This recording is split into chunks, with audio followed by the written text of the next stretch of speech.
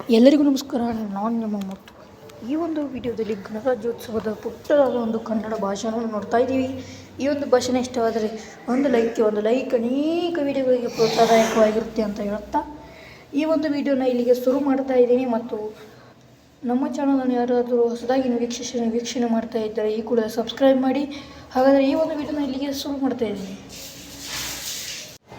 ಮಾನ್ಯ ಮುಖ್ಯ ಅತಿಥಿಗಳೇ, ಗೌರವಾನ್ವಿತ ಶಿಕ್ಷಕರೇ, ನನ್ನ ಪ್ರೀತಿಯ ಸ್ನೇಹಿತರೆ, ಎಲ್ಲರಿಗೂ ನನ್ನ ಹೃದಯಪೂರ್ವಕವಾದಂತಹ ನಮಸ್ಕಾರಗಳು.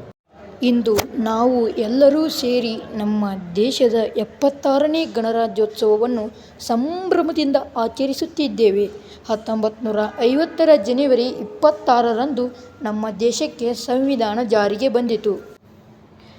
ಆ ದಿನದಂದು ಭಾರತವು ಒಂದು ಗಣರಾಜ್ಯ ರಾಷ್ಟ್ರವಾಗಿ ಗುರುತಿಸಲ್ಪಟ್ಟಿತು. ನಮ್ಮ ಸಂವಿಧಾನವು ನಮಗೆ ಸ್ವಾತಂತ್ರ್ಯ, ಸಮಾನತೆ ಮತ್ತು ಸಹೋದರತ್ವವನ್ನು ನೀಡಿದೆ. Doctor B R. ಅಂಬೇಡ್ಕರ್ ಅವರ ನೇತೃತ್ವದಲ್ಲಿ ರಚಿಸಲಾದ ಸಂವಿಧಾನವು ನಮ್ಮ ದೇಶದ ಹೆಮ್ಮೆ. ಸ್ವಾತಂತ್ರ್ಯಕ್ಕಾಗಿ ಹೋರಾಡಿದ ಮಹಾನ್ ಸ್ವಾತಂತ್ರ್ಯ ಸೇನಾನಿಗಳನ್ನು ಈ ಸಂದರ್ಭದಲ್ಲಿ ನಾವು ಗೌರವದಿಂದ ಸ್ಮರಿಸಬೇಕು. ಅವರ ತ್ಯಾಗದ ಫಲವಾಗಿ ಇಂದು ನಾವು ಸ್ವತಂತ್ರವಾಗಿ ಬದುಕುತ್ತಿದ್ದೇವೆ. ವಿದ್ಯಾರ್ಥಿಗಳಾದ ನಾವು ದೇಶದ ಭವಿಷ್ಯ. ನಾವು ಶಿಸ್ತು, ಪ್ರಾಮಾಣಿಕತೆ ಮತ್ತು ದೇಶಪ್ರೇಮವನ್ನು ನಮ್ಮ ಜೀವನದಲ್ಲಿ ಅಳವಡಿಸಿಕೊಳ್ಳಬೇಕು. ದೇಶದ ಅಭಿವೃದ್ಧಿಗೆ ನಿಮ್ಮದಾದಷ್ಟು ಕೊಡುಗೆ ನೀಡಬೇಕು. ನನ್ನ ಭಾಷಣಕ್ಕೆ ಅವಕಾಶ ನೀಡಿದ ಎಲ್ಲರಿಗೂ ಧನ್ಯವಾದಗಳು. ಜೈ ಹಿಂದ್, ಜೈ ಭಾರತ್.